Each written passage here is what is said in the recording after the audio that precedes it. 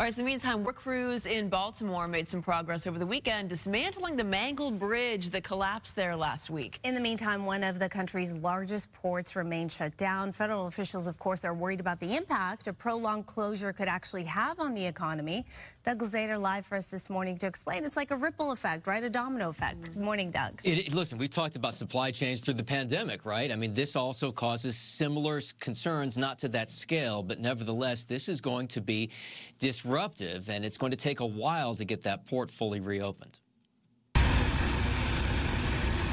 To look at what remains of Baltimore's Francis Scott Key Bridge, it's hard to see signs of progress. The trusses are still strewn across the river, and the nearly 1,000-foot-long container ship that triggered the collapse remains stuck. But if you look closely, workers have been carefully cutting through some of the wreckage. When will you visit Baltimore? The president said on Saturday he would visit Baltimore at some point this week, but this is going to be a slow recovery.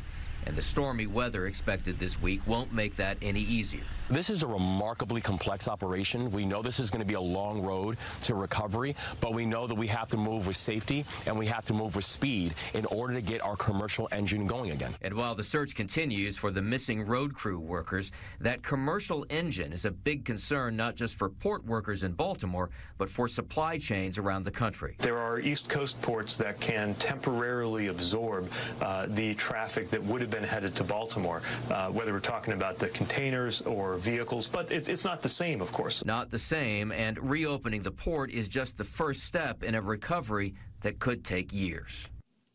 It could take years, and it's going to take a long time to rebuild that bridge once they get all of this wreckage cleared out. The priority, though, is to find some kind of way to get shipping in and out of the Port of Baltimore, and they're talking about trying to kind of open a channel that kind of skirts around the side here to get at least some shipping in, but that's just a stopgap solution.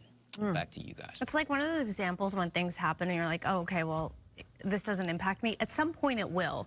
Things always end up impacting. Seemingly disconnected, but not necessarily. Wow. By the way, Doug, how was your weekend before we let you go?